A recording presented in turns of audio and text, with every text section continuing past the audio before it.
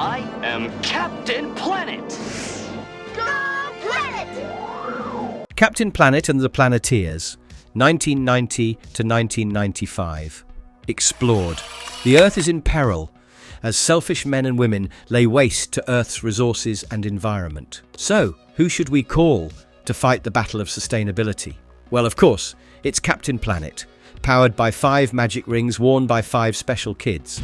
That's the premise of our series, which went on for 6 seasons and about 113 episodes with 1 crossover. The show, created by Ted Turner and Barbara Pyle, focused on something unique, like environmentalism, instead of just investing in a mindless superhero gimmick. Recycle.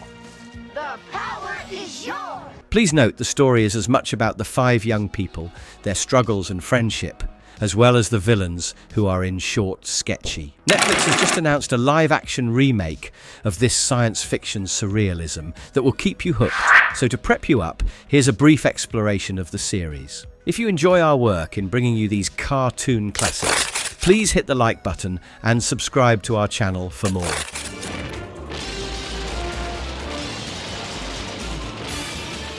Season 1. The first season kicks off the Captain Planet saga, as the very first episode demonstrates the debut of the Planeteers and how they combine their powers to summon Captain Planet.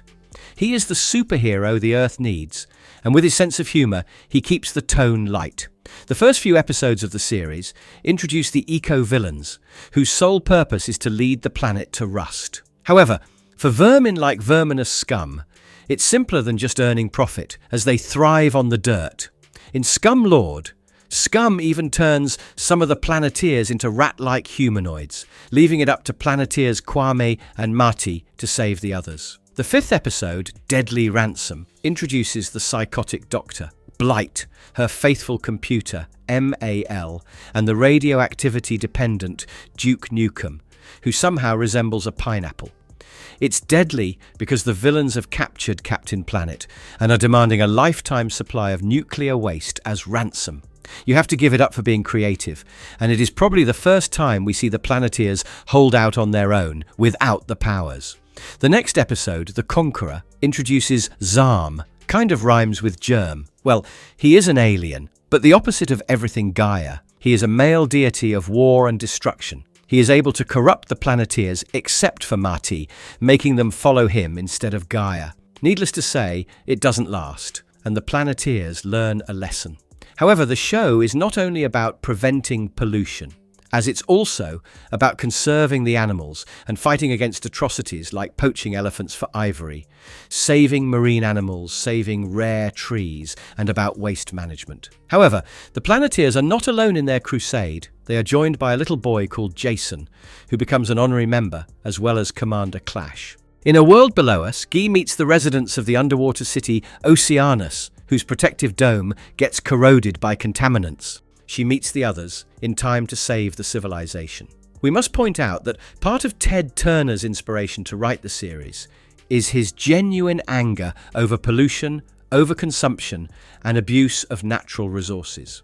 However, the series was originally produced by DYC Entertainment and later was produced by Hanna-Barbera. The Hanna-Barbera era named the series The New Adventures of Captain Planet.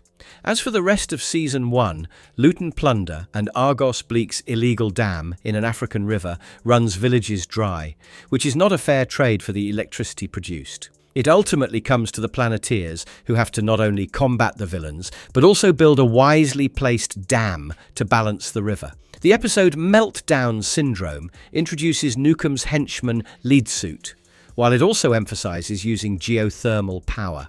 It's also revealed that the rings don't work when there is too much radiation. The eco-villains also team up to pollute the water so that they can sell overpriced clean water in Don't Drink the Water. Whereas in Kwame's crisis, he loses all faith in humanity until a little girl shows that every single contribution counts. Moreover, Duke Nukem destroys the ozone layer, causing the Earth to heat up. Apparently, Dean Stockwell voiced Duke Nukem for his son and daughter. Loot and plunder plunders by selling firearms in civil wars, and the Planeteers have to take local help to stop the destruction. Surely Zam would have been excited about the prospects. In Population Bomb, overpopulation takes center stage as Wheeler drifts off to a contaminated land where he meets little mouse people that were transformed during a nuclear fallout. The story might remind you of Gulliver's Travels, but it's Piebald the mouse that takes the cake. The season further features two-part episodes that challenge even Captain Planet, courtesy of Captain Pollution. The second one has a Planeteer debate his decision, and the final episode, well, we will go into details with that. I'll waste you with some toxic waste! Episode 1, A Hero for Earth. The series opens on an evil man called Hoggish Greedley and his sidekick Rigger, illegally drilling onto the ocean floor to collect oil. It not only endangers the animals, but also wakes up the spirit of Earth, Gaia.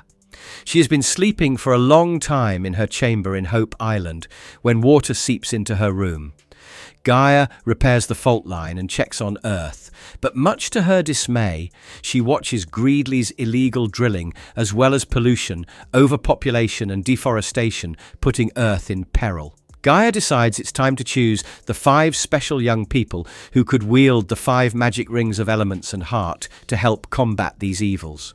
The first person chosen is Kwame from Africa, who is planting saplings in the heat, and he gets the Ring of Earth. Next, Guy, an Asian girl, swims in the ocean with a dolphin and plays around with it when the dolphin tosses her the ring for water. A boy from Brooklyn, New York, called James Wheeler, saves a person from a thug and then finds the Ring of Fire. Linka, from the Soviet Union, plays on a keyboard while standing atop a cliff, and she is handed the ring for wind. Lastly, Ma-Ti, a jungle boy from the Amazon, saves a monkey called Sushi from a jaguar and obtains the heart ring. The rings were distributed as per age, and so Kwame is 17, Guy and Wheeler are 15, Linka is 14, and Ma-Ti is 12. The Planeteers are instantly teleported to Hope Island, where Gaia appears to them and explains to the kids about the rings. The Planeteers try out their rings, but Wheeler's firepower turns a bit messy, only for Guy to extinguish it, or should I say, flood the room they are in. Matty may not have the elemental power, but the Ring of Heart allows him to feel others and hear their thoughts. Gaia then sends the Planeteers to deal with Greedley, and they get disheartened to see the oil seeping into the ocean, covering the marine animals and birds. However, during their first flight, the Planeteers are a little pensive and wish Gaia were with them, but Marty claims to feel her and calls on her. An image of Gaia appears over the sky, and she assures the Planeteers. Wheeler also accidentally sets fire to the geocruiser, but Guy extinguishes it. As the gang approaches Greedley, he spews oil on the geocruiser, forcing the Planeteers to use the powers of their ring to make a safe landing. Whoopi Goldberg voices Gaia, while LeVar Burton voices Kwame. However, this is not the only stellar celebrity casting, as you will come across others. The duo has also worked on Star Trek: The Next Generation together. The Planeteers realise they are quite outmatched and require help to stop Greedley. So according to Gaia's instructions, they combine their powers, which summons Captain Planet, the environmentalist superhero. Captain Planet mentions that as long as he is there, the rings are powerless, and then heads into the water to send back the oil from where it came. He then seals the leak and picks up the cables before chasing after Greedley. Rigger tries to hurt Captain Planet with a claw machine, but it tickles him. Captain Planet dumps Rigger into a trash can, but Greedley hoses Captain Planet with toxic water and escapes. This weakens Captain Planet, and the Planeteers cannot use their ring. However, they physically clear the toxic waste and stop Greedley's machine from crushing Captain Planet. The Planeteer emblem on Captain Planet's chest glows and helps him recover, but Greedley escapes. Later, the Planeteers clean up the animal as they become the true champions of the environment.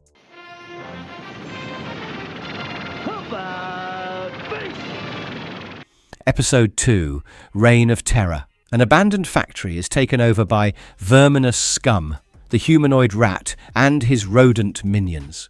He is using coal and toxic liquids to create acid rain. Meanwhile, on Hope Island, the Planeteers have started training and using obstacle courses, but Marty is having trouble completing each one due to his small height and age.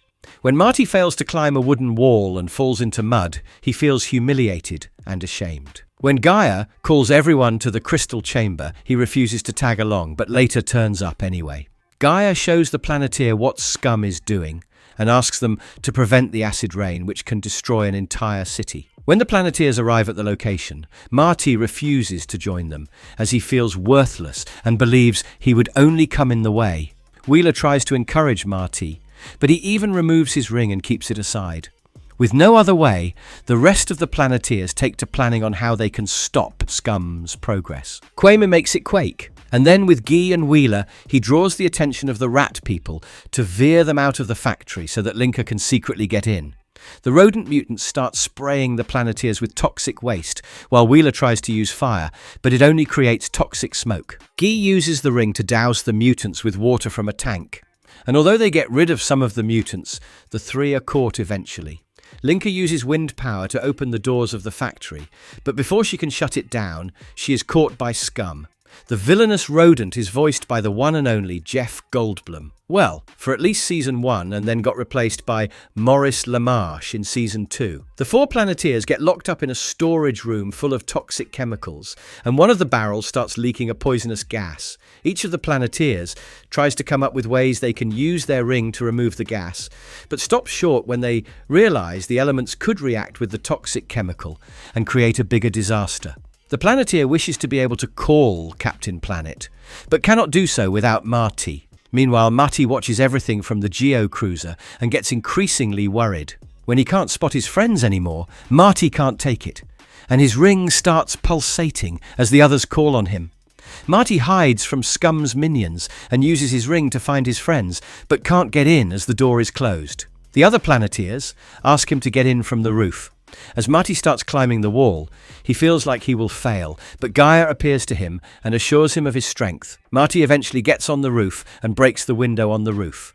He lowers a fire hose to help his friends out. However, it might be too late, as Scum has finished burning all the coal, and the acid rain starts pouring. The Planeteers summon Captain Planet, who blows away the cloud and then emerges with a large deposit of sodium carbonate from underground to neutralize the acid.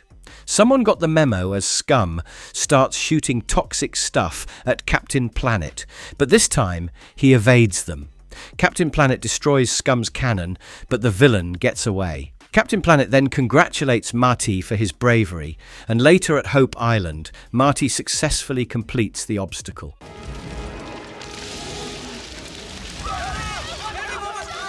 Episode 3, Beast of the Temple.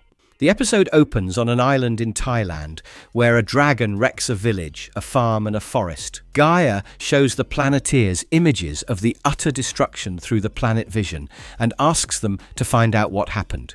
Guy claims she has a friend called Nuok in Thailand who can help, and they leave for Thailand. The Planeteers find a deserted village when they land, but Nuok appears and greets his friend Guy. Nuok claims that the sound of the Geo-cruiser frightened the villagers, and then goes on to explain about the mysterious beast's rampage. Wheeler refuses to believe in dragons, and Nuok somewhat agrees, but there's definitely something ruining the jungle and rice paddies. It turns out to be Hoggish Greedley and Rigger, who want to drive away the villagers so that they could use the land for mining rubies. The Planeteers soon encounter the beast, who sets fire to the jungle. Guy tries to extinguish the flames with rain clouds, and Kwabi tries to send the fire underground, but it quickly gets overwhelming and they have to call on Captain Planet. Tom Cruise originally recorded the first 6 episodes of the series as the voice of Captain Planet, but when he backed away for unknown reasons, David Coburn re-recorded them. Captain Planet creates a natural fountain that extinguishes the forest fire and then vanishes, leaving Nuok amazed. Wheeler apologizes for not believing in the dragon, but notes that it's no superstition. The Planeteers and Nuok then split into teams to investigate. As Wheeler and Linka start investigating, they almost kiss, but the dragon interrupts them. "Well, damn you, dragon." Linka's foot gets stuck in tree roots, and she insists that Wheeler leave.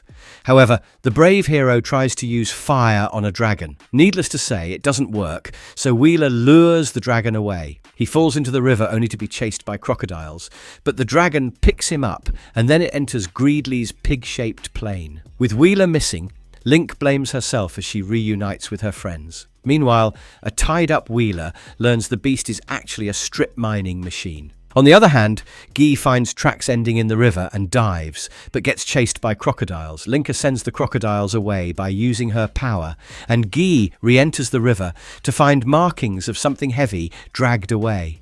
Mati uses the heart ring to find Wheeler, but an aura of darkness shields him. The snippets of the place are, however, recognized by Nuok as the Ancient Temple of Rubies. Nuke paddles the Planeteers to the temple, while Guy jumps underwater to rescue Wheeler. While Greedley and Rigger spot the others, Guy sneaks in and frees Wheeler. Although Greedley tries to stop them, Guy and Wheeler escape and reunite with the others. Linka hugs Wheeler, and it's all good until the dragon strikes again. The Planeteers again call Captain Planet, who takes down the mechanical beast and even recycles the remains into a new planting machine for the village. The villains escape, and the Planeteers make Nuok an honorary member before leaving the place. Do not have it anymore. Episode 9, Tree of Life. An old Native American tells children the story about the Tree of Life, the largest redwood in North America, which possesses the power of life and sustains the entire forest. Storytime gets interrupted when Dr. Blight's Robo-Jacks enter the field, cutting down trees. The old man's son has agreed to let Dr. Blight cut the Tree of Life in exchange for money. However, Dr. Blight soon finds out that it's not possible to cut down the tree with mere machines. She takes a temporary leave and returns to her lair to converse with Mal, with whom she shares a very weird relationship. Mal guides Dr. Blight in how she can take down the tree, and that its sap can give her extraordinary powers to beat down Captain Planet. Gaia tells the Planeteers about Dr. Blight's plan to cut down the Tree of Life and asks them to handle the situation. Meanwhile, Dr. Blight creates a gigantic super robo-jack for the task. The Planeteers arrive at the Great Redwoods and promise to help the old man protect the tree. When Dr. Blight arrives with her new super robo-jack, the Planeteers try to stop the giant by using their individual powers, and Wheeler even goes out of his way to stop it. But nothing works, and instead confines the old man and the Planeteers in small cages built instantly using cut-down trees. It even creates a toxic moat to prevent them from escaping. Now, without interruption, Super Robo-Jack cuts down the Tree of Life and loads it on Dr. Blight's van. When the old man's son asks for payment, he is quickly subdued and caged alongside his father. The Planeteers try to summon Captain Planet, but the moat is too toxic for them to do so. Dr. Blight returns to her lab and finally creates a serum from the sap that gives her super strength, flying and laser beam shooting abilities. Blight returns to the Planeteers and asks them to summon Captain Planet so that she can defeat him. There is not much choice for the Planeteers, and so they call upon Captain Planet. However, using her newfound powers, Blight is able to drench Captain Planet in chemicals, which weaken him. Blight takes Captain Planet back to her lair and restrains him in a chamber filled with smog. She asks him to join her, but he refuses. Meanwhile, the Planeteers seek the old man's help in tracking down Blight's lab, and after rewiring Mal, they are able to save him. Once freed, Captain Planet returns to battle Dr. Blight, and Wheeler sprays him with the only remaining superpower spray to earn an easy win. Captain Planet then forces Dr. Blight to replant trees, and the old man's son acknowledges how these trees will grow to give shade to his descendants. Have a heart, Captain Planet. Oh, don't worry, pollution. Episode 22 and 23, Mission to Save Earth, Part 1 and 2. The episode starts off with the Planeteers managing another disaster of an oil leak with the help of Captain Planet and continuing their good work. However, this is getting on the nerves of the eco-villains, who have now grouped together and are plotting to take their revenge. The gang includes Duke Nukem, Verminous Scum, Dr. Blight, Sly Sludge, and Luton Plunder. Dr. Blight and Mal already have a plan in place. Tim Curry starts voicing Mal from this episode. She has invented a machine that can turn good into bad. She turns a white, cute rabbit into a rabid, bad bunny as a demonstration, and now intends to do the same with the Planeteers and the ring. But first, they must kidnap the Planeteers, and so they send a false distress signal from an apparently abandoned island. Sly Sludge and Scum release a sleeping gas that engulfs the geocruiser, putting the Planeteers into slip. The geocruiser crashes on the island, and the villains start taking off their rings when Commander Clash appears and shoos them away. The villains have just the rings, and Blight uses them anyway. However, they need to take care of the Planeteers, and so Blight pretends to be a military official as she calls Commander Clash and tells him that the Planeteers are spies. The Planeteers wake up, and Guy has noticed Sludge and Scum before she passed out. Martin Sheen is one of the celebrities lending their voice to the series as Sly Sludge. He has admitted feeling surprised and amused at the same time when fans of the show recognise him for the role. Coming back, the Planeteers can't immediately take off as the geocruiser has taken a hit, so they start looking for a way out. Commander Clash doesn't come in as a help as Guy and Marty get stuck in the trap, but the others are able to trap him instead. However, not for long, as the tree to which Clash was tied breaks off and Commander Clash falls into quicksand. But without the rings, it's a challenge for the Planeteers to save him. They still succeed, and Commander Clash takes the kids to his radar base. The children show him that the war is won, and he is no longer needed to be stationed on the island. However, he refuses to leave the island for a world he doesn't understand. As for the eco-villains, Dr. Blight distributes the Rings of Destruction to her evil mates. Duke Nukem gets the Ring of Radiation. Luton Plunder gets the Ring of Deforestation. Sly Sludge gets the Ring of Smog. Verminous Scum gets the Ring of Toxic. And Blight takes the Ring for Hatred. Duke, Scum and Sludge try out their powers on their ship, to the utter annoyance of Plunder, but Dr. Blight stops them from bickering and suggests combining their powers, which summons Captain Pollution. As the Planeteers attempt to leave, Captain Pollution appears and starts plundering. The Planeteers are unable to combat the powers of the destruction and pollution of Captain Pollution. However, Commander Clash comes to the Planeteers' rescue, and he flushes out Captain Pollution with clear water, which seems to weaken him. Captain Pollution returns to the villains and disperses into the rings to recuperate. Captain Planet has similarities to DC hero Superman, and pollution is his kryptonite. Similarly, Superman's completely opposite twin, Bizarro, is the inspiration for Captain Pollution.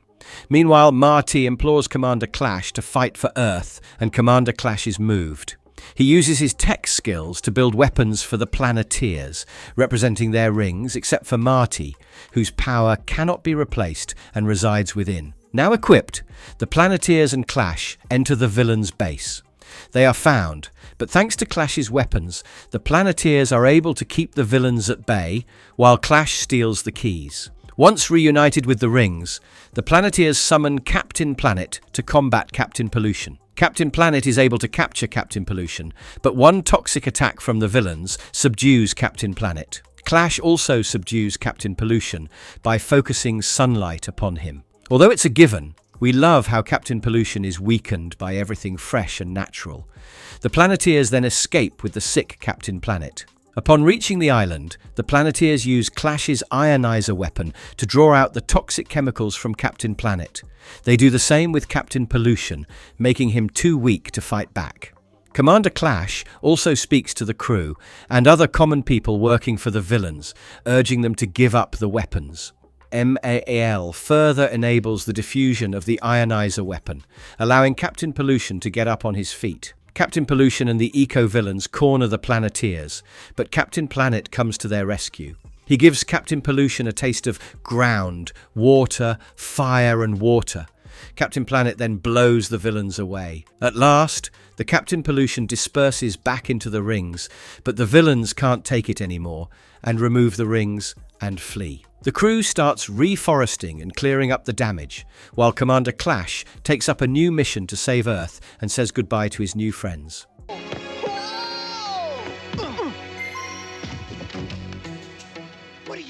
Episode 24 and 25, Two Futures, Part 1 and 2. It's New Year's Eve. and Hoggish Greedley plans to use Dr. Blight's time pool to go to the 1950s to increase the global warming and melt the ice of Greenland so that he can build a resort there in the future. I am sure there are easier ways to do that, but for the sake of the story, let's go with it. Greedley especially looks forward to the time when there were no Planeteers, and the environmental laws were less stringent. Meanwhile, Wheeler is planning to throw a New York-like New Year party, but Gaia ruins his plans as she sends the Planeteers to stop Greedley and Blight. However, the altercation with the eco-villains causes a cave-in, and the Planeteers call Captain Planet for help. Although Captain Planet is able to stop Greedley and Rigger from time travelling, Wheeler and Blight get trapped just outside the pool. Captain Planet also leaves when radiation from the pool weakens him, and the rest of the Planeteers are unable to move the ice to help Wheeler. Meanwhile, Wheeler gets more frustrated as he feels the ring has ruined his life. On that note, this episode is based on the movie It's a Wonderful Life. Wheeler also wishes somebody would cut him some slack and take up his role. Dr. Blight uses the golden opportunity to drive a rift, but Wheeler is wise enough to reject her. Blight still ignores him and sends him back to the day Wheeler got his fire ring. As Wheeler stops his 1 year younger self from obtaining the ring, it changes the future, and Gaia appears to him. She claims that global warming has increased because there is nobody to stop the evildoers from destroying the planet. Gaia informs that since he didn't take the Ring of Fire, the team had gone on their own way. Gaia comments that Wheeler could have been an example for others to follow. As Wheeler travels to the past, we see that Greedley and Rigger have actually time-travelled and set up factories. Gaia then challenges Wheeler to go 35 years into the future and see the effect himself. ML first refuses to help Wheeler go into the past, but Gaia threatens him and forces him to oblige. Wheeler first turns up in his neighbourhood in New York, which is now flooded by the sea due to the melting of the ice caps. Wheeler demands to know what his fellow Planeteers are doing and visits Guy, who is now a middle-aged recluse taking care of dolphins. She refuses to help and leaves as a storm approaches. When Wheeler visits an elderly Kwame, he notices that Kwame's African village is empty, and Kwame is using his earth powers to fend off loggers in an endless fight. It's important to note that each Planeteer is from a different continent, which is more practical since it's not just the US that needs saving. Although not including Antarctica makes sense, we are not sure why Australia is not considered in the list. Moving on, Wheeler visits Russia and finds that Linka is using her powers to threaten people when they are about to cause riots. She is hardened up and is keeping a check on the limited ration. However, she gets concerned that Wheeler is not wearing any sun protection when the ozone layer is completely destroyed. At last, Wheeler turns up in South America and witnesses the rainforests replaced by a plaguing city with homeless people. Marty is begging, but not above using his powers to make people give him money. However, none of the Planeteers has fond memories of being in the group, as one didn't join. A desperate Wheeler then goes looking for Gaia and finds that Hope Island is transformed into an energy-wasting land of entertainment run by Greedley and Rigger, while Gaia lies dead on toxic waste. Wheeler reveals he knows their truth but evades getting caught by robotic guards and makes a run for the time pool. Wheeler again returns to the time he got the ring and stops himself from sabotaging the event. This makes him return to the present, just as the other Planeteers also make it through the ice block. Apparently, physically digging through was Linka's idea, and the Planeteers reunite, much to the disgust of Dr. Blight. Greedley and Rigger also make it through, and the three jump into the pool. The Planeteers call on Captain Planet, who reverses the flow of time and sends the eco-villains to the future. It's now clean and sustainable, much to the dismay of the villains. As people laugh at them, we see new Planeteers from new countries, and even an aged Wheeler in the mix. Cool if I'm gonna focus these solar rays. Episode 26, Heatwave. It's Dr. Blight again, and it seems the greatest ecological crimes done in Season 1 are courtesy of Blight and MAL. This time, she uses machines to cut down several trees, but that's just the first part of her plan. Dr. Blight uses wood and coal to create smoke, while the third step is using oil and gasoline. But that's not all, as Dr. Blight's evil plan to heat up Earth requires another element, something she keeps secret while she decides to test her theory on Hope Island. Dr. Blight takes her barge towards Hope Island and notices Linka sailing nearby. She captures Linka and knocks her out. Next, Blight uses a machine to engulf the island in a force field dome. The force field traps all the air and heats up the island, turning it into a greenhouse. What's more, Blight starts pumping all the smoke and dirt onto the island through an underwater tube. Linka wakes up and tries to stop Blight, but she is outmatched and gets buried in the barge's coal pile. On Hope Island, Gaia calls on the Planeteers and informs them of the crisis, but all the pollution has made Gaia sick. The Planeteers take an eco-sub, but knock into the force field, which stretches even underwater to the ocean floor. Meanwhile, Blight embarks on the next phase of her plan, as she makes a small opening in the force field and inserts something gigantic through it. Since Mal is engaged in completing the task, the Planeteers escape the force field at the same time, without being noticed. Kwame and Guy get on the barge and help Linka out. Together, they manage to throw Blight overboard, but Mal comes to her rescue with a speedboat. Blight then reveals the mystery object to be an iceberg, which immediately starts melting. Now, since it's a pretty popular show, it did spin a toy line. And although Ted Turner has ensured that the packaging is made from recyclable materials, it was still plastic. However, it's still an effort made on the conscious side, so good work. Coming back to the Planeteers, they turn the smog off, but it's not enough to stop the iceberg from melting, and Gaia collapses as the sea levels start rising. The Planeteers try their best and re-enter the island through the underwater tube. Marty uses his ring to call a whale, which breaks the tube for them. The Planeteers hurry to the crystal chamber to get Gaia and then take her to the roof. However, they still cannot summon Captain Planet, and so Gaia sends a bird and asks the Planeteers to direct their ring to the water for it to carry the message. Captain Planet finally appears, albeit a bit weak. However, he manages to use sunlight and refraction in breaking the force field. As the extra water of the ice now disperses into the ocean, it drowns Blight and Mal's speedboat. With hope restored, the episode ends on the Planeteers cleaning the crystal chamber. But the carbon dioxide released remains, and the only way to reduce it is by burning less fuel, like Blight did. Run for it!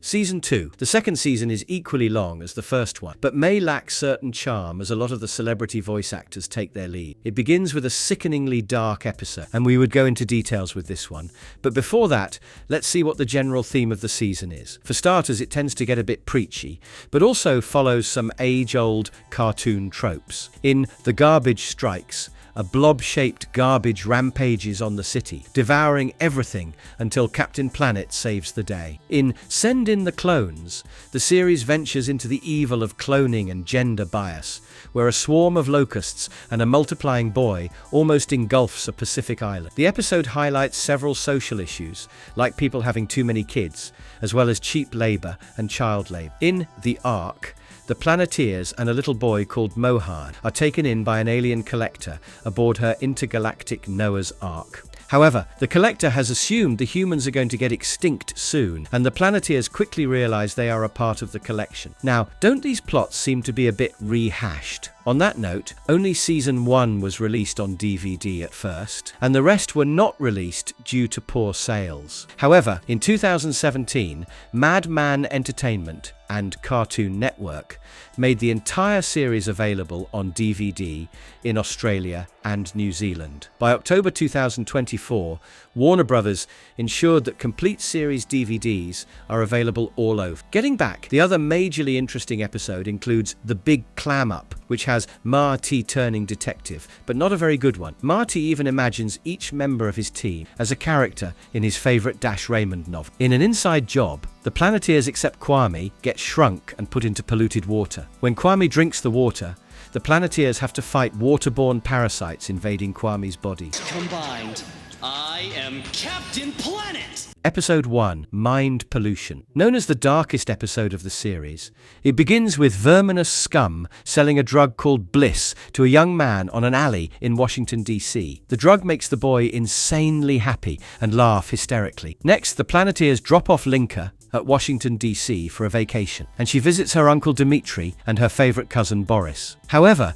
it turns out Boris is the guy Scum sold the drug to. Now clearly addicted, Boris looks sick, and during breakfast, he accidentally sets fire to the kitchen. Linka uses her ring and a box of baking soda to extinguish it, which piques Boris's interest. Later, Boris asks if he can use Linka's ring and offers his bag of pills in exchange. Linka gets angry and shoves it away, but the pills fall into a drain. Boris goes to Scum and asks for more bliss, but Scum informs him that the price has gone up. Scum learns that Boris knows Linka and asks him to get her ring, but he refuses to hurt her. It seems Boris gave in, as he returns home with blintzes laced with the pills and makes Linka consume them. So you can probably guess what happens next. It's been a week, and the Planeteers haven't heard from Linka. Gaia approaches them and shows how people in Washington, D.C. have become addicted to bliss. This time, Scum has cooked up the most evil plan of polluting people's minds and robbing their wealth in exchange. The Planeteers realize Linka could be in danger and rush to Washington, D.C. However, they are late, as under the influence of the drugs, the citizens have turned into mindless zombies, and Linka is among them. Scum sends the people to attack the Planeteers in exchange for the pills. The Planeteers try out their powers, but nothing seems to ward off the crowd, while Linka refuses to listen to them, as Scum supplies her with more pills. Ultimately, Wheelers sets fire to Scum's bag of bliss, allowing Marty to run away with Linka. As the crowd chases them, the Planeteers manage to grab Linka and escape into the US Capitol building. To their surprise, the building is empty, and Marty finds out that all people, including the police, have left, so it's just them, Scum, and the addicts. The story goes much like a zombie movie from this point, as the Planeteers try to stop the crowd from breaking in. Boris still gets in and cuts his hand, while Guy bandages him. Wheeler has no sympathy. The Planeteers, along with Boris, are forced to climb onto the ledge of the building. As they start feeling ill, Boris and Linka demand more drugs, and Scum arrives in a helicopter to offer bliss to anyone who pushes the Planeteers off the ledge. Boris gets the pills and gulps half of them before Linka grabs them for herself. When Guy tries to stop her, Linka threatens her with her ring, but thanks to her polluted mind, the power is low. The series takes the darkest turn when Boris dies after consuming the pill, which finally brings Linka to her senses. It is the only human death in the series. Now with a clearer head, Linka joins the Planeteers in summoning Captain Planet. Captain Planet rescues the Planeteers and then takes on Scum furiously. Captain Planet destroys the helicopter, the drug, and its recipe book. But as usual, Scum escapes. Later, medical camps set in the city help people get rid of the addiction, and a mournful Linka is a part of it. Scum crawls out of a river and swears revenge, and feeling hungry, he eats a slice of cheese. Ironically, he realizes it contained a pill, and now Scum is contaminated with the same disease. Episode 17 and 18, Summit to Save Earth, Part 1 and 2. Captain Planet saves the Planeteers from a mudslide, and then Gaia calls the Planeteers to Hope Island. She tells them to attend the Earth Summit in Rio de Janeiro, but the Planeteers are uninterested as it's all talk with no action. As a ball of fire approaches Earth, Gaia is momentarily in pain, but then she shows the Planeteers what happens if countries don't work together, as a disaster in one part of the world can very well affect others, enabling the eco-villains to win. The eco-villains, Blight, Greedly, Plunder, Sludge, Scum, and Nukem, are already gathered around and brainstorming ideas to ruin the Earth Summit. Zarm, the spirit of war and destruction, crashes the party and makes an offer no one can refuse. Zarm makes the eco-villains follow his order. And during the summit, the eco-villains start kidnapping the delegates one by one. The president begins his speech, but he is interrupted, and when he comes back, he has red eyes and changes his stance. The Planeteers suspect foul play, as Marty's heart power hits a blank when he tries to read the president. They sneak up on the president and find that it's Zarm, and he is using a transformation helmet to make the eco-villains look and sound like the delegates. Unfortunately, the Planeteers are found out, and Zarm snatches away everyone's rings. Zarm and the fake delegates go to the assembly hall and make the most irrational speech, while Nukem and Greedly get into an argument and a fight, which allows the Planeteers to get their rings and escape. Gaia appears to them and takes back their rings, but it's again Zarm, and he recaptures the Planeteers. The real Gaia finally appears and confronts Zam. Gaia fights back and almost defeats Zam, but the evil spirit attacks the Planeteers instead,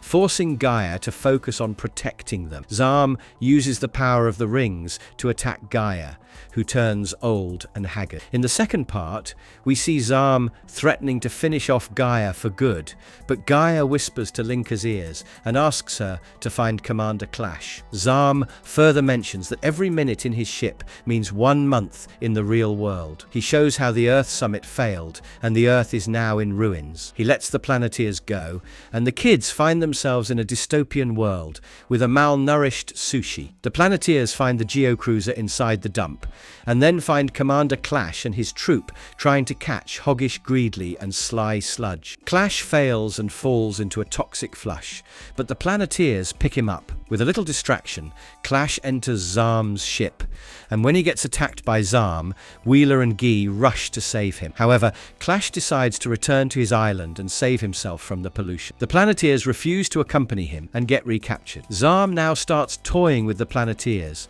and allows each one to attack him, only to defeat them seconds later and turn their rings dark. When it's Marty's turn, he cries at the fact that his ring is of heart, which is useless in front of the heartless Zam. But as Zam attacks Marty, Clash appears with a mirror and uses it to shoot back at Zam with his own attack. However, Gaia has only minutes left to live, and Clash uses the mirror to rejuvenate her and fight back against Zam. The eco-villains escape, and the Planeteers try to summon Captain Planet to help Clash. With their rings destroyed, they are in deep water, but Gaia explains that their powers come from inside. As Gaia again uses the spirit of Earth to defend, the Planeteers listen to their hearts and summon Captain Planet, who takes care of Zam, sending him far away in space. Captain Planet also returns Gaia's obelisk, allowing her to reverse time and make the summit a success. Clash is also saved, and the Planeteers return to the original summit. Now, play nice.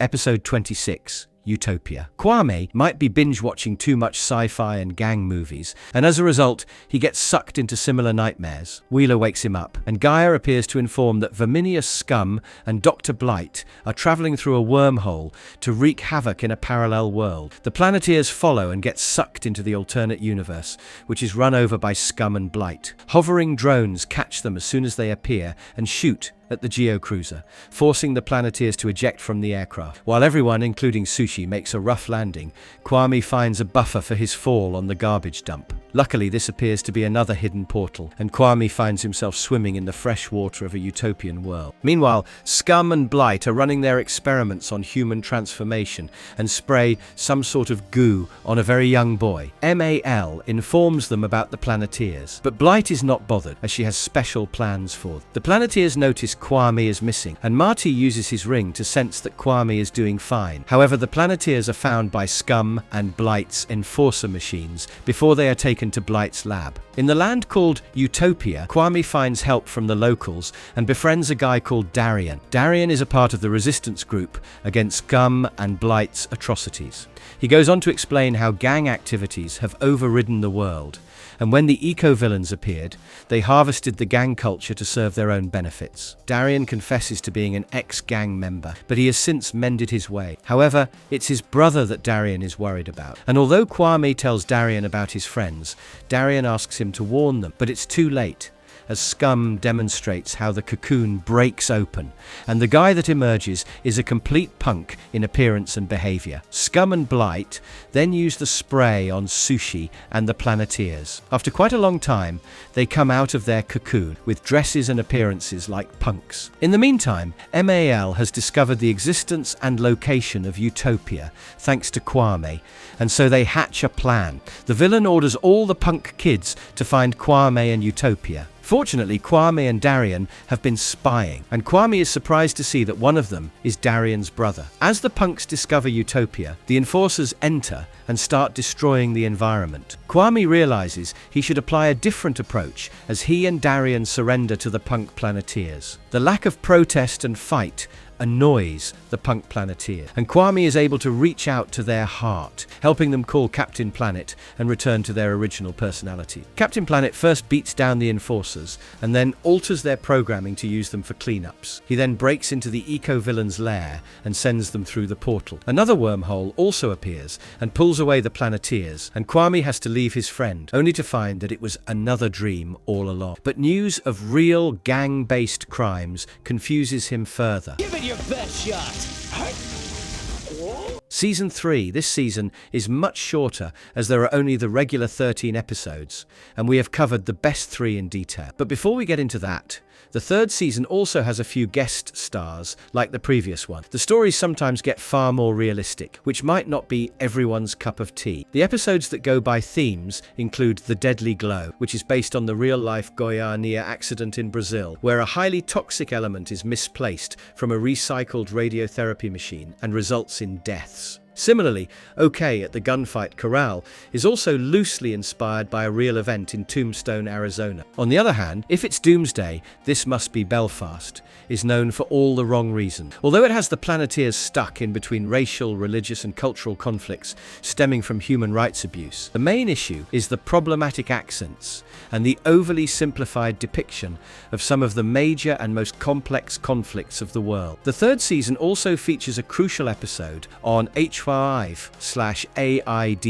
awareness. The Planeteer alerts take a more direct approach in educating the folks. So if you think some of the teachings are lost in translation, you can always see the alerts and know the topic covered. Episode 1, Greenhouse Planet. The president inaugurates a new power plant and waves off allegations of global warming. Gaia shows the Planeteers live footage of the president's ridiculous interview, but also shows that the president's recent problematic decisions are courtesy of his newest advisor, Dr. Blight, who wants to make Earth too hot for human. While the Planeteers rush to warn and stop the president, Dr. Blight concocts a new, dangerous fuel that she introduces to the president. Meanwhile, the Planeteers arrive at the power plant, but are stopped by security from entering it. While Guy distracts the security personnel with waves, Linka uses the power of wind to send Mati and Kwame beyond the wired fence. Mati and Kwame spy on the president and realize they must separate him from Dr. Blight. Mati uses wasps to do the job and then rescues the president from the wasp cluster. However, Blight and Mal have noticed them and worry the Planeteers will unmask her true intentions. Dr. Blight rigs the rocket to launch, and since the president and the 2 Planeteers were on the gantry crane, they are forced to enter the rocket. The other Planeteers watch helplessly and call on Captain Planet. However, with all the toxic fumes, it becomes a great deal more challenging for our hero to stop the rocket from leaving. Blight further alleges that the Planeteers are kidnappers, and so the security personnel cuff them. Kids kidnapping the president? Now isn't that too much? On the other hand, Captain Planet has to let go as the rocket separates. He decides to charge himself and disperses.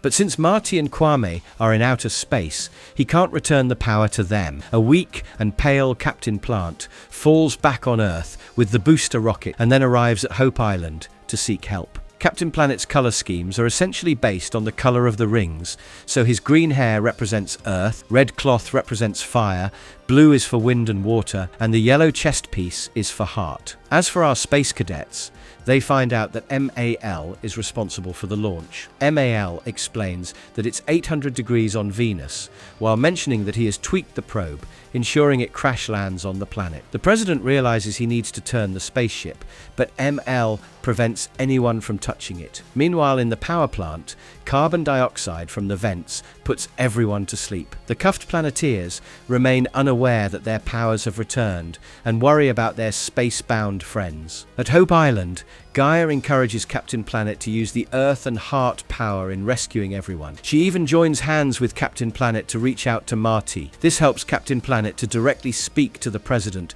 and show him how global warming is happening and can lead to a disastrous future. The president dismisses the theory, but as they approach Venus, it starts to get hot. Kwame and Marty use the example of Venus to finally prove what greenhouse gases can do. It's a real mystery that a president needs so much explaining. Nevertheless, he is finally convinced and tries to radio mission control, but once again, MAL interrupts him. It's now up to Captain Plant, who takes the Geo Cruiser and rescues the imprisoned Planeteers. Sushi, the monkey, further helps in disconnecting MAL, and although the AI alerts Blight, she doesn't care.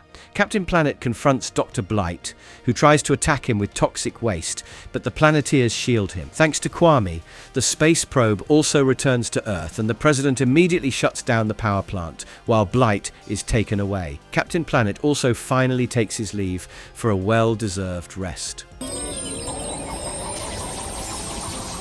Episode 4, A Perfect World. The Planeteers are touring the perfect world created by Dr. Derek. The wheelchair-bound scientist has created simulated domes of forests, farms and rivers that are clean and has installed equipment that clears up any kind of pollution or dirt within minutes. The only catch is that the good doctor has ensured that everything is controlled by a computer program, which we know is easy to infect. As customary, Dr. Blight and MAL are here to ruin it for everybody, and MAL has already infected the system with a virus, which makes certain machines go haywire. Linker and Wheeler fall victim to it, as they get trapped in one of the seemingly perfect worlds, where gases from a haywire tractor stop getting filtered, thereby suffocating. Dr. Derek, Guy, Kwame and Marty rush to the central computer, but Dr. Derek gets bewildered to find that she can't stop the disaster from happening. MAL and the ever-vicious Dr. Blight reveal themselves to Dr. Derek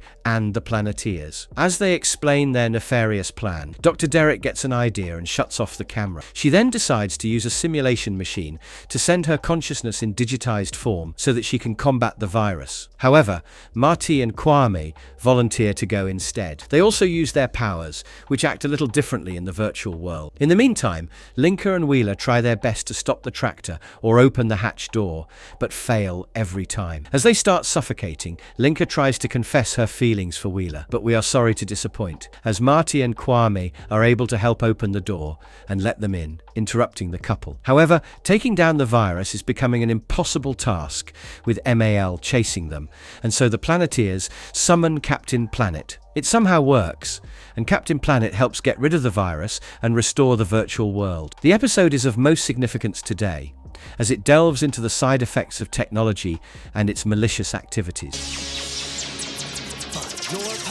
Episode 8, OK. At the gunfight corral. Hoggish, Greedley and Rigger have again created a time machine, and they enter it with sly sludge. This time, Hoggish has returned to the 1870s and turned the Grand Canyon into a dumping site, thereby altering history. Gaia shows the Planeteers what has transpired and urges them to time travel and put a stop to Hoggish's greed. As they enter through the time-traveling portal, the Planeteers turn up in the Wild West. The Planeteers encounter Greedley's minions, who have surrounded a native young man called Kiani. The Planeteers rescue the guy and explain their powers to him. They also learn about Hoggish's plundering. At the same time, Rigger learns from the minions that the Planeteers have arrived. They try to kidnap Kiani at night, but thanks to the Planeteers, they fail. The next day, the Planeteers dress themselves as locals, and Wheeler wears a moustache to disguise himself as an older person and visits the local inn. Wheeler seems to know a lot about time travel, which he credits to a movie. Apparently the movie is Back to the Future. He gets quite a bit of intel on greedily buying out lands in the Grand Canyon, but there's a particular general storekeeper who refuses to sell his part. When Kiani and the Planeteers visit the store owner to warn him, the storekeeper asks Kiani and the Planeteers of color to leave. At night, Greedley and Sly set fire to the store, but Marty and Kiani save him. The store owner feels grateful and promises to help them. Meanwhile, Wheeler tails Greedley, but blows his cover when he notices Greedley cheating at a card game. Greedley's men capture Wheeler and take away his ring, after which Greedley challenges Wheeler in a gunfight. However, one of Greedley's minions mistakenly lets out that Wheeler's gun has no bullets, and when he throws the gun, it hits Greedley in the head. The chaos of the situation knocks Marty out, and Gaia appears. She makes Kiani wear Marty's rings so that they can summon Captain Planet. Captain Planet prevents Greedly, Rigger, and Sly from going back to the future and puts them in jail, and the Grand Canyon is saved. The store owner employs Kiani, and when they go back to the future, the Planeteers notice that Kiani has become famous and wears a Planeteer belt buckle. I'm ignorance. I'm fear. I'm hate. Get away! Episode 11, A Formula for Hate. This is perhaps one of the most crucial episodes of the series that makes it strikingly different from its contemporaries. At the beginning of the episode, Verminius Scum and his minion collect some secret medical files which worry Gaia, and she asks the Planeteers to investigate. They arrive at a school where Todd Andrews, the school's star basketball player, scores. Todd lives with his mum, brother, and has a girlfriend. So in short, a good life. However, it turns topsy-turvy when Todd is diagnosed with HIV infection. The doctor explains that Todd doesn't have AIDS yet, but he gets heartbroken and breaks up with his girlfriend. However, Todd's coach encourages him to keep playing. Meanwhile, the Planeteers are tailing Scum, who lures them to a sewage plant and captures them. Wheeler passes out when his head knocks into a pipe, but the flooding of the sewage water wakes him up and he frees the others. They find out that Scum has printed several posters spreading hate about Todd having AIDS. The Planeteers are late, as Scum and his minions spread the rumor about Todd in the entire school. When Todd confesses he really has HIV, even his best friend backs away, and everyone refuses to either touch him or share the cafeteria with him. Todd's girlfriend also learns the truth and rushes back to him, while Todd finds out that his brother has been bullied due to the rumor. Scum rallies the entire society against Todd and his family, spewing hatred and false information. However, the Planeteers come to their help. Todd is voiced by Neil Patrick Harris, while his mum is voiced by Elizabeth Taylor. Todd runs away from home, sleeps at a cabin where fears haunt him, and he decides to return home to fight back. The Planeteers summon Captain Planet, who lifts Todd and takes him to the school's game. The coach and Captain Planet educate the people about HIV, and Todd again plays with the team. Captain Planet also ensures that Scum and his minions are arrested by the police. Todd's school wins the game, and he reunites with his girlfriend.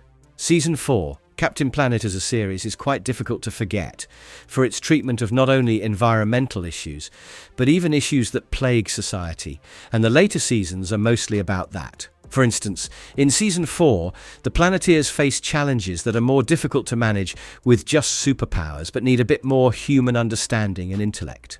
There's a title change, and the season is longer than the previous one. For a change, the opening narration is done by David Coburn instead of LeVar Burton. The first 2 episodes tell a single story, but have the Planeteers and Captain Planet befuddled between 2 disasters. It also marks the return of Captain Pollution and introduces a new henchman for Sly Sludge called Tank Flusher 3. Apart from that, we get a peek into the Planeteers' past.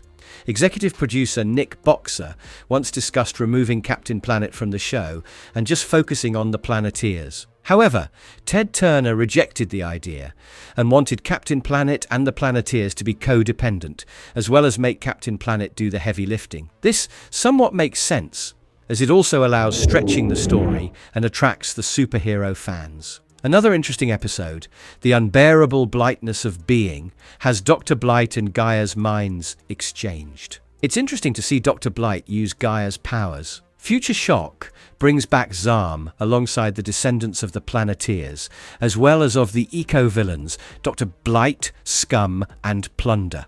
The episode shows how a single act can change the future. Butterfly effect, anyone? The Planeteers also return to ancient Maya, and Hector Elizondo returns to play a tyrannical Mayan called Shanub. He has previously voiced the President of Brazil in Season 2, and also lends his voice to a character in Season 5. The Energy Vampire is another interesting episode that parodies classic horror movies with the eco-villains representing the monsters. Gorillas Will Be Missed recruits a Planeteer from the future, while Orangu Tangle introduces 2 new villains, a mother-son duo of poachers. The Planeteers and the eco-villains also face off in a game called You Bet Your Planet, titled the same. This also has the Planeteers on an alien planet with an alien audience and a big mouth as an announcer, who serves as the narrator in the Season 6 opening sequence. Dr. Derek and his simulated world also return, but the most important one is Tears in the Hood that we are going to cover. I love this high-pressure work. Episode 4, Missing Linka. In a small US town, a dioxin-benzene tanker crashes, causing a massive oil spill, and Gaia informs the Planeteers about the incident, who are already flying from somewhere. When the Planeteers arrive at the spot, they find several groups involved and quarreling with each other, without taking any responsibility. The Planeteers rush in and try to warn the mayor not to move the tanks until the cleanup crew arrives, but the mayor doesn't listen, and as expected, the tanker breaks, spilling more oil. The Planeteers summon Captain Planet to handle the emergency, and although he succeeds in safely placing the tanker away, the toxins weaken him. The Planeteers clean Captain Planet, but he returns to their ring to rest. Linka and Wheeler combine wind and fire to seal the tanker to prevent any further leakage. Later, when the Planeteers take off their suits, Linka's letter from Mishka falls off her clothes. Wheeler worries if Mishka is a boyfriend, while Linka assures it's a letter from home and that her grandmother, among others in her hometown, are sick. The production of this series began before the fall of the Soviet Union, and so initially Linka was from the Soviet Union, until in the later opening sequence it was dubbed as Eastern Europe. However, considering Linka is named after Laika, the Russian space-traveling dog, it's safe to assume that she is from Russia. As the Planeteers enter the Russian hometown, they find it in shambles. Linka is greeted by Mishka at her home, and she gives up her ring to reunite with her grandmother, while the Planeteers leave to manage the spill in the US. Linka goes to investigate what's happening in the town, and finds that the townspeople are blaming the recycling plant for the plague. Linka defends the recycling plant and questions the mine, but a burly man argues that the mine brought them prosperity and asks Linka to stay away, as she had already deserted them. Linka is further followed by a mysterious stranger bundled up in clothes, and when she almost gets hit by a cart, the stranger saves her. It's easy to guess who he is, as Wheeler doesn't turn up with the others, while the other Planeteers stop the toxins from contaminating the groundwater at the spill site. They further analyze the data on Linka's hometown, and note that heavy metal poisoning is making people sick. Linka goes to investigate the mine, but the man from earlier asks her to leave.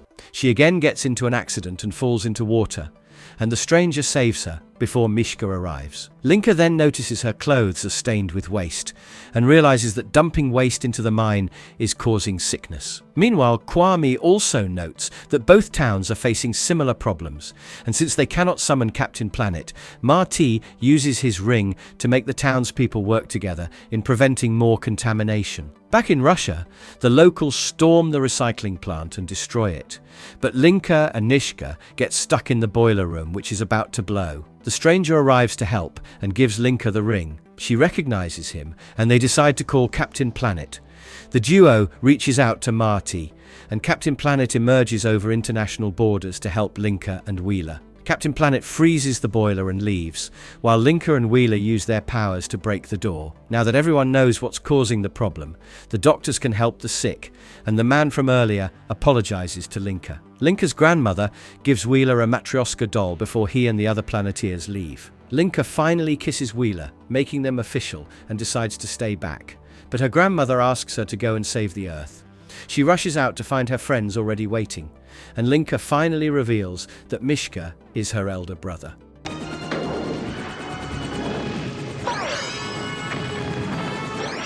Episode 10, Talkin' Trash.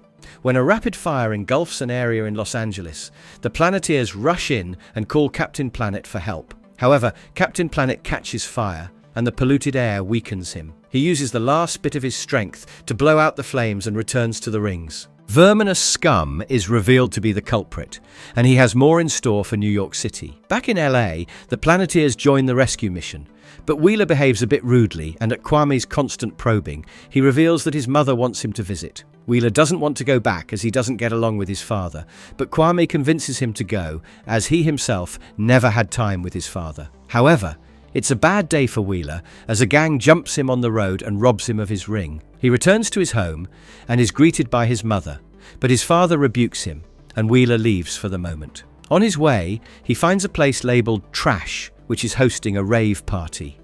Wheeler finds such developments new, and once he ventures inside, he notices several known faces among the gang members who attacked him.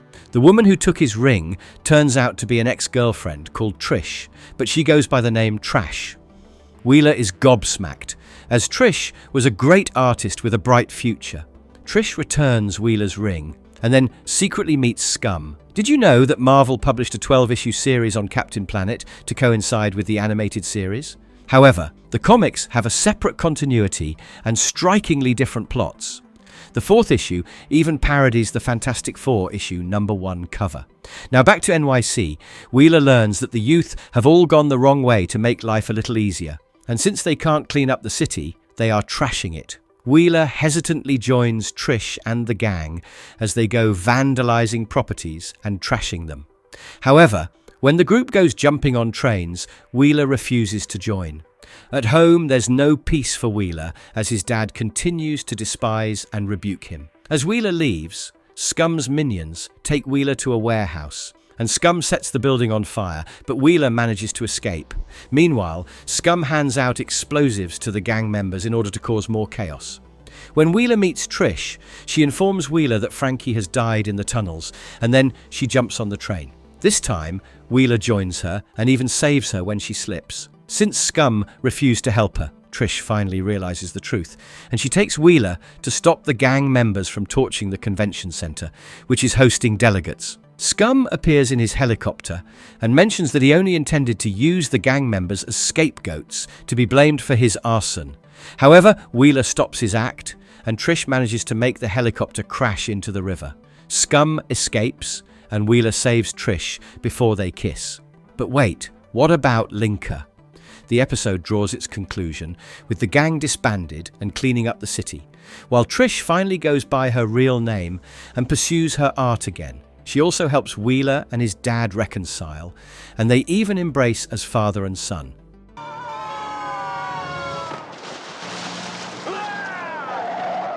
Episode 17, Jailhouse Flock. While travelling through a thunderstorm, the Planeteers are tasked to protect a wetland that's meant for migratory birds.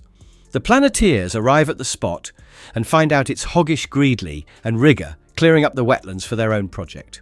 The Planeteers try to stop him and use their power, but it sets the land on fire, and they have to summon Captain Planet for help. However, soon the sheriff arrives and Greedley blames it on the Planeteers for ruining his lands. The Army Corps of Engineers official, Mr. Richard, also arrives, and Hoggish proves what he is doing is legal. The sheriff arrests Captain Planet and the Planeteers, including Sushi. Now, Mr. Richards may sound very familiar. Well, it's because he is Batman. It's voiced by Kevin Conroy. Sometime later, the sheriff gets a prank call, and Greedley arrives with Rigger, who is disguised as another sheriff. Greedley lets out the Planeteers, claiming to withdraw his complaint, but doesn't let Captain Planet out, who is accompanied by Sushi. The Planeteers find it suspicious, but they grab the opportunity to go and find some evidence against Greedley. Meanwhile, Greedley pretends to be hurt as when the real sheriff returns, he claims that the Planeteers have escaped, except Greedley was able to hold on to Captain Planet. The sheriff eats it up, even if it sounds most ingenious.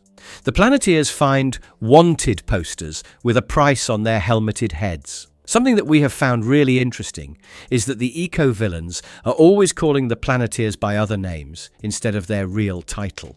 Examples include eco-geeks, planet pests, geo-jerks, etc. Well, the eco-freak Planeteers brew up a plan to distract the villains so that Guy can find some evidence. Kwame and Matty get horses and are referred to as Butch Cassidy and the Sundance Kid, while Wheeler calls Linka and himself Bonnie and Clyde.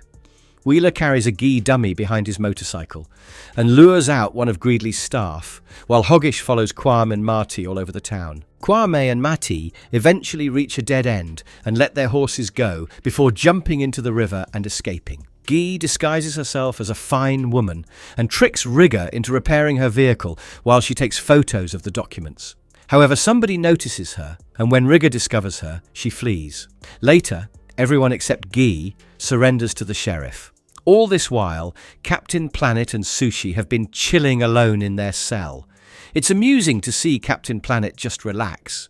When the sheriff makes Captain Planet clean the park, the sheriff gets more than he bargained for and wonders if he could keep Captain Planet for a longer sentence. The next day at the courthouse, Greedley asks Rigger to stay outside and capture Guy, while inside the court, Wheeler defends his theme like in the movies. Mr. Richards arrives outside and makes Rigger sign some papers, but Rigger steals the pen.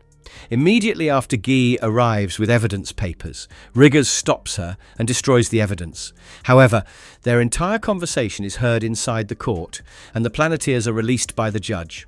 Mr. Richards reveals that the pen has a microphone, and he was in cahoots with Guy. Apparently he found the Planeteers the previous night and saw the evidence to join them. Greedley and Rigger try to escape, but Captain Planet catches them, and later they are put into the cleanup work. Need help? Quickly, Planeteers! We're coming, buddy. Episode 22, Tears in the Hood. The story starts with a high school history teacher, Mr. King, teaching the students about the civil rights movement. He brings examples of leaders like Kennedy, Gandhi, Martin Luther King Jr., Rosa Parks, and more. However, the students couldn't care less as they pass on chits and just ignore the lecture. At night, a shootout occurs between two gangs, the Evil Educators and the Wrecking Crew. Ronnie, the brother of Wrecking Crew leader Main Dog, gets caught in a crossfire, and Mr. King arrives to help him. Although neither gang wants to shoot them, somebody mysterious shoots Mr. King. The next day, we find the Planeteers posing as students in the same school. As it turns out, the victim, David King, is a friend of Kai. Mr. King is currently recuperating in the hospital, and the Planeteers are on the lookout for the culprit. The Planeteers soon come across a gang fight inside the chemistry lab, which quickly turns into a hazard as smoke fills the room. The Planeteers gather together and secretly summon Captain Planet to manage the crisis. It also appears that Marty has befriended Ronnie, while Wheeler's knowledge of gang violence helps him navigate the situation. This is one of the finest episodes of the series and plays music from the 1991 film Boys in the Hood, which inspires it. Moving on, Ronnie is close with Julie, the sister of Evil Educators leader Clayton, but Clayton wouldn't have it. When Clayton threatens Ronnie, Kwame tries to stop Clayton, who points a gun at him. Wheeler pretends to tackle Kwame, and Clayton invites him, along with Guy, to join them. Kwame and Linka do the same with the Wrecking Crew. Clayton even goes as far as giving Wheeler a gun and asking for favors from him. The following day, Evil Educators try to chase Ronnie, who threatens to reveal the shooter's identity. When Clayton asks Wheeler to kill Ronnie, Wheeler tries to reason with Clayton, while Kwame comes to his rescue. Sometime later, Ronnie and Marty go missing, while Julie and the Wrecking Crew blame Clayton and his gang for it, but Clayton denies it. Meanwhile, we see Ronnie and Marty are tied together and kept in an abandoned house when someone sneakily sets fire to the building. Hanna-Barbera took over animation from the 4th season, so as an Easter egg, you will notice Shaggy and Velma from Scooby-Doo studying in the same school. Coming back, the gangs face off at a water park, and the Planeteers try to de-escalate the situation. However, when Julie reveals that Evil Educator member Zap is the real culprit, Guy takes out her anger on him. Wheeler calms her down, and the gang also asks Zap where Ronnie is. Marty manages to use his ring in calling the rest of the Planeteers for help, and as everyone summons Captain Planet, he comes to save the boys. The gangs were again at each other's throats, but thanks to the Planeteers, they realized their mistake and dropped the guns. Watermark images of the great peacemakers mentioned appear throughout the episode, and actual images are used during the Epiphany. Clayton decides to get Zap arrested, while Julie and Ronnie reunite. Mr. King also comes out of danger, and is happy to see that the gangs have reconciled. Season 5. This season contains some of the most entertaining and fun episodes, but quite a few changes in credits and opening sequence make for a jarring experience. The 2nd and 3rd episode takes a break from the similar storytelling, and rest assured, we will get into the details. Apart from that, No Place Like Home has Blight making Gaia mortal, leaving the Planeteers and Captain Planet powerless, with Gaia exploring homelessness. Little Crop of Horrors has Cree Summer voicing a certain Dr. Georgina Carbor, a scientist, while The Disoriented Express has Rita Moreno voicing rich philanthropist Ella Salvador. What's more interesting is that despite viewers often commenting that the later seasons have lost the original touch, it did have 3 consecutive high-rated episodes called A River Ran Through It, No Place Like Home, and Little Crop of Horrors. However, it's also important to note that the series led to the establishment of the Captain Planet Foundation in 1991, which aimed to live by the show's legacy. A small part of the merchandising revenue was used for this. Zam also returns for the last time, and it's pure evil when he lets parents manipulate their child. The show gets repetitive when the Planeteers are shrunk for various plots, and again gets interesting with who's running the show, when some of the villains hijack national television. It also brings an end to characters like Duke Nukem and Verminous Scum. On that note, there's another game character called Duke Nukem in the Apogee games. Now, let's find out what happens in the 3 most interesting episodes of the 5th season. Toxic waste! Draining my powers! Episode 2, Holly Waste. The story begins in Hollywood, where the Planeteers are playing dummies for themselves in a movie about Captain Planet and the Planeteers. But the real twist is that a woman named Bambi Blight is playing Linka's real counterpart, Zinka.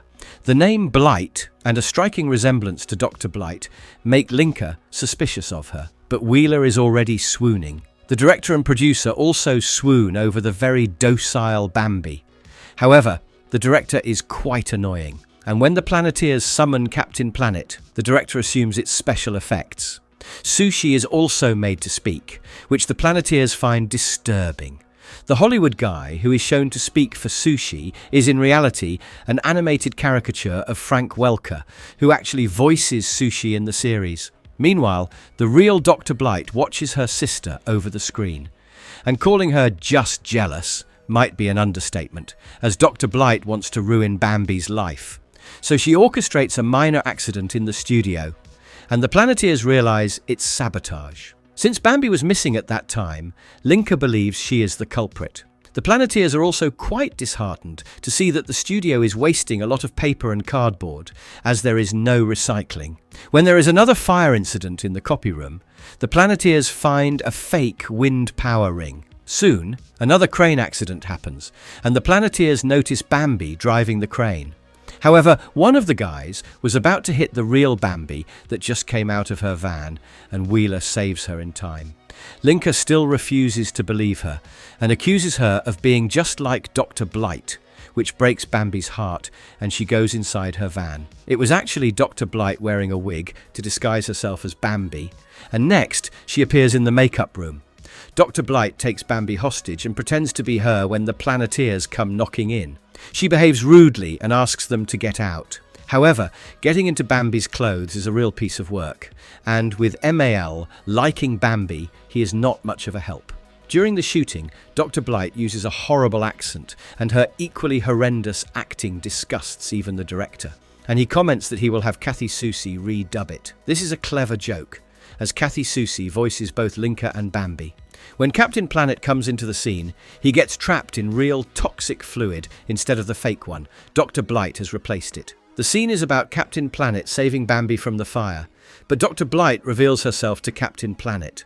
Fortunately, real Bambi also arrives and explains to the Planeteers what has happened. It remains a mystery how she got freed, but Bambi goes after her sister Babs and takes off her wig. Captain Planet also gets recharged by the flames and ultimately puts out the fire before returning to the rings. Dr. Blight is finally arrested, and Linka apologizes to Bambi while Sushi enjoys the ultimate royalty. Huh? Thanks for the dance, Greedley. But the party's over. Episode 3. The Ghost of Porkaloin Past. Hoggish Greedley's luck favors him, as he receives news of inheriting his deceased grandfather, Don Porkaloin's grand estate and fortune. Greedley and Rigger arrive at the spooky-looking mansion and are creeped out by it. They are further ushered in by Butler Boaris.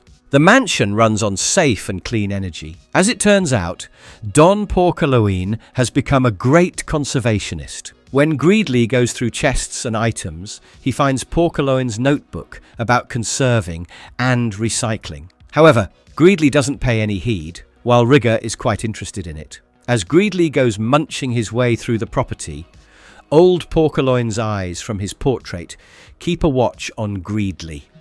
Boaris also tries to warn Greedley about energy saving, but Greedley fires him. As he leaves, Boaris promises to meet again, which sounds rather uncanny. As for the Planeteers, they save a boy from getting crushed by a tree during an earthquake. However, a nearby dam breaks and Guy is unable to stop it. The Planeteers summon Captain Planet, who seals off the dam and prevents a flood from happening. Gaia then appears to the Planeteers and informs them that Greedley is building a golf resort in the middle of a desert.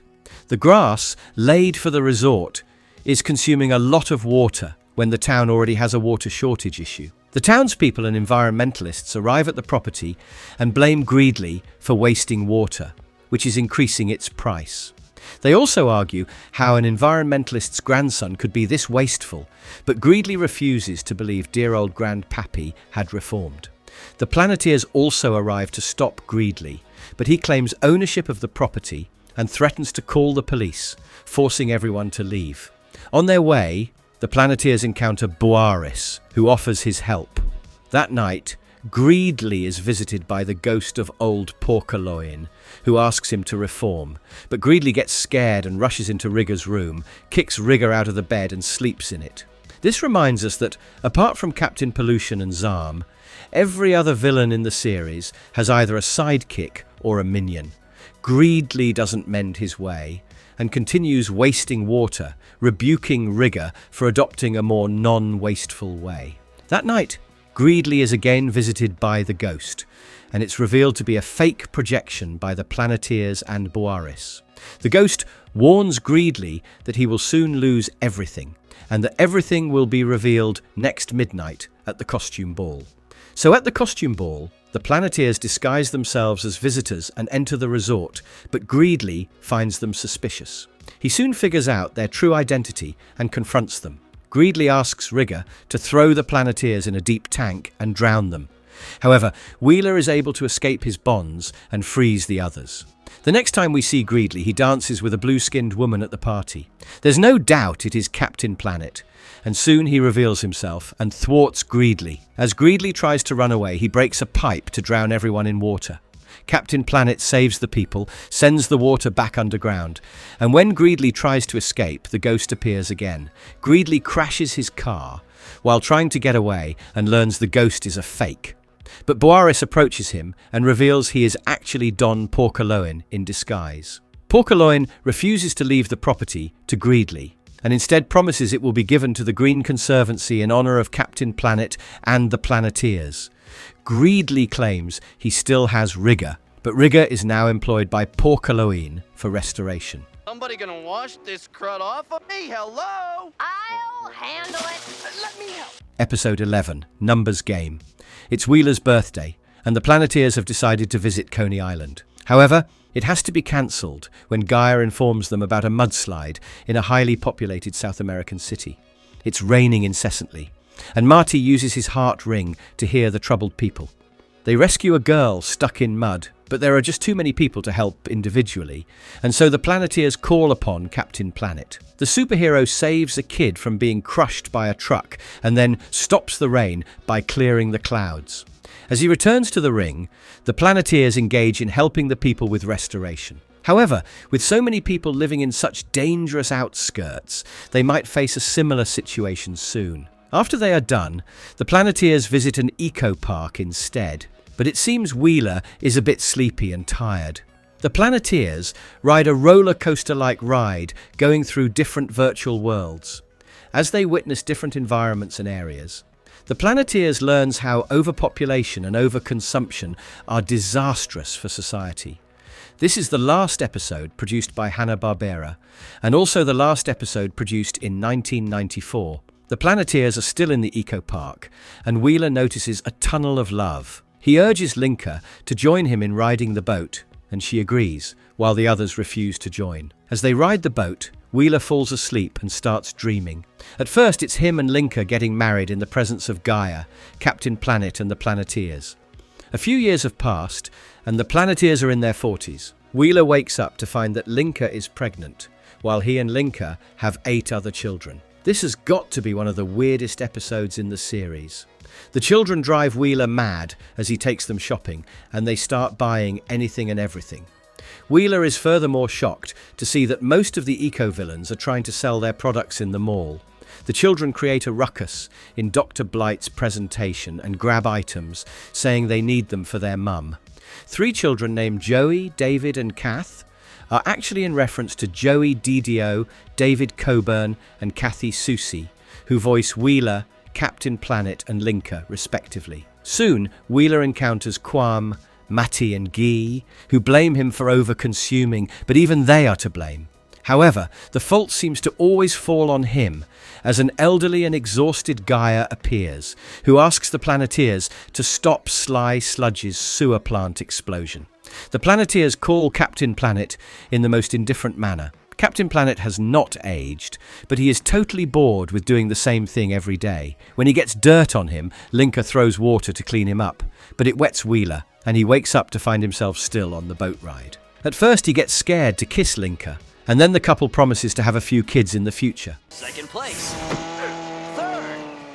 Season 6. Finally, it's the final season and has the regular 13 episodes. However, the Planeteers get quite an upgrade in design. They have grown up and their clothes have also changed, although the colour scheme remains the same. The season first premiered in the UK and aired a decade later in the US on Boomerang. As for the plots covered, Who Gives a Hoot introduces the Pinehead brothers Oki and Doki, who are also Plunder's henchmen. It is also an episode where the Planeteers lose against the villains. 2 of the episodes that we have covered in great detail focus on the politics of the future and the past. The Planeteers also encounter talking animals in 12 Angry Animals, which even features a Yeti, yet another trope rarely missed by animated media. Never the Twain Shall Meet has Wheeler and Marty seeking a Huckleberry Finn and Tom Sawyer experience.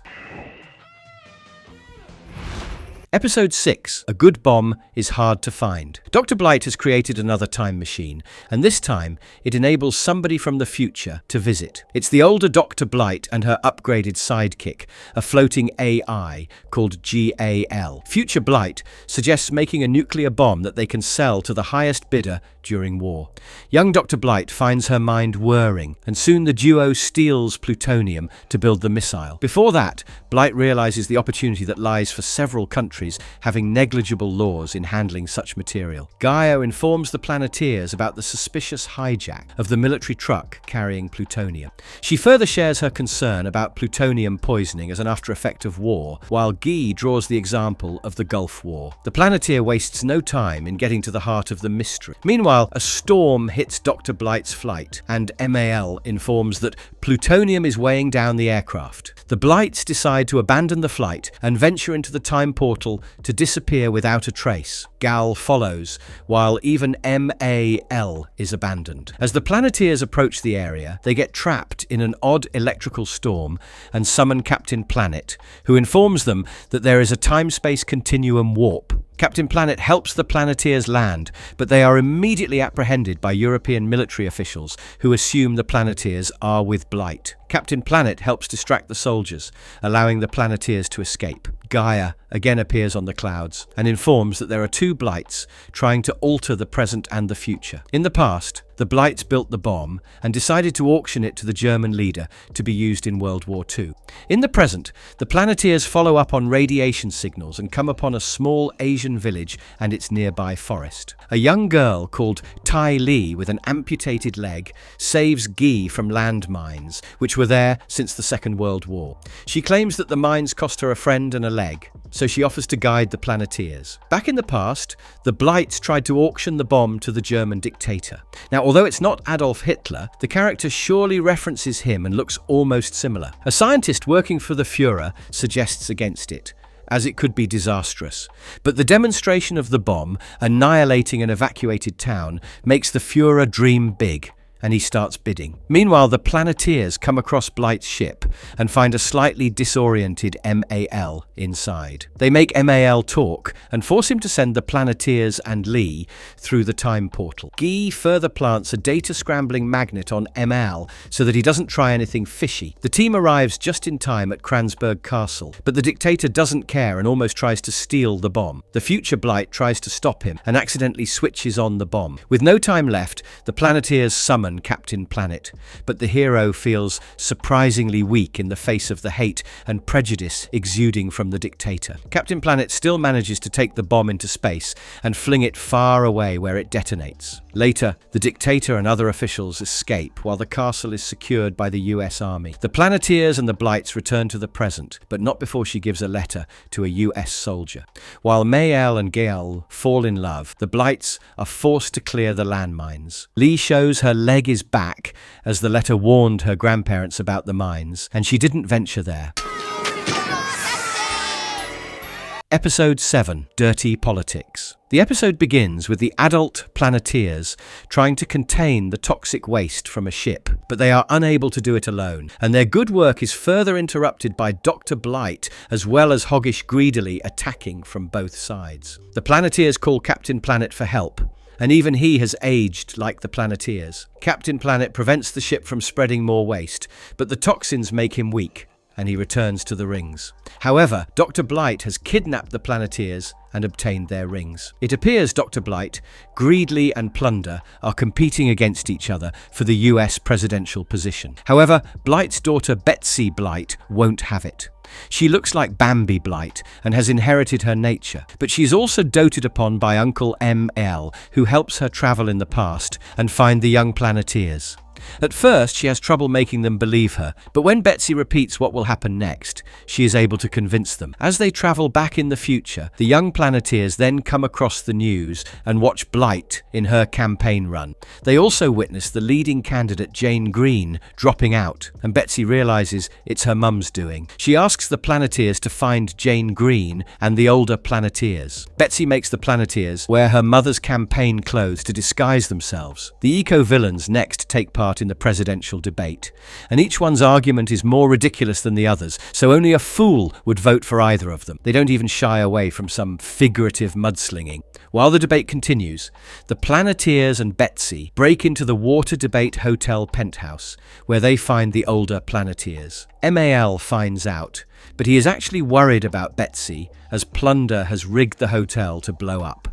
Plunder arrives in person and shuts off all the doors and windows, but since Rigger is also trapped inside, he returns the rings to the Planeteers. They decide to summon Captain Plant together, but older Wheeler can't use his ring as Dr. Blight is wearing it, while the power of Marty and Guy is still in the past. The Planeteers still summon 2 Captain Planets, who merge together and then break through walls to find Jane Green. After they are all rescued, the Planeteers run for the election, but the Pineheads attack them, and the Kwamis get rid of them. Finally, it's result time, and Plunder has got only 5%, Greedly 3%, and 18% is for Dr. Blight, as 74% people have found all the candidates unfit to be president. Since this calls for re-election and Green is back, the future is secured.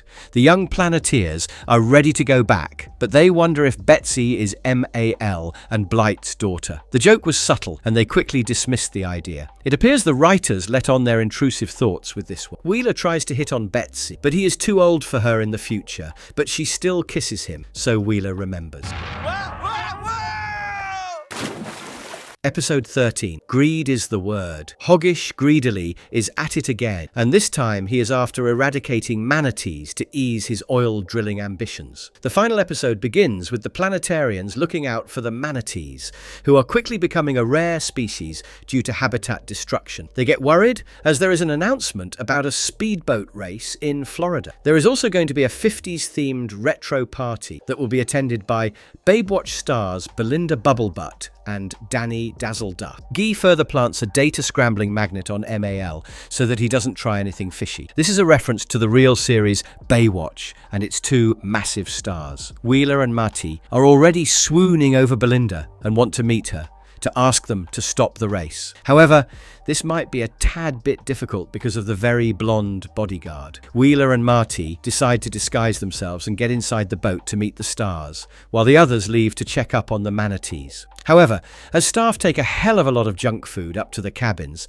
there's a telltale sign of who is inside. The disguise never works, as each time something makes the duo expose themselves and fall overboard. Well, at least it's refreshing. Meanwhile, Kwame, Linka, Guy, and Suchi ride on a boat to find the manatees and rue the fact that they have to take the help of the stars. They come across a couple, Betty and Dirk, who get worried after learning that the speedboats are killing manatees. When a dejected Wheeler and Marty arrive at the designated spot, the rest introduce them to their new friends. Wheeler and Marty recognize them as Belinda and Danny, but the stars keep their cover. They pretend to help the Planeteers introduce themselves to the stars, but when they arrive at the boat, their true identities are revealed by Greedley, the sponsor. Greedley refuses to listen and shoots at the Planeteers, but they escape. Wheeler hurts his head and drowns, but Belinda saves him and gives him mouth-to-mouth. This is going to hurt Wheeler when he learns what he missed. Linka apologizes to Belinda for her previous comments,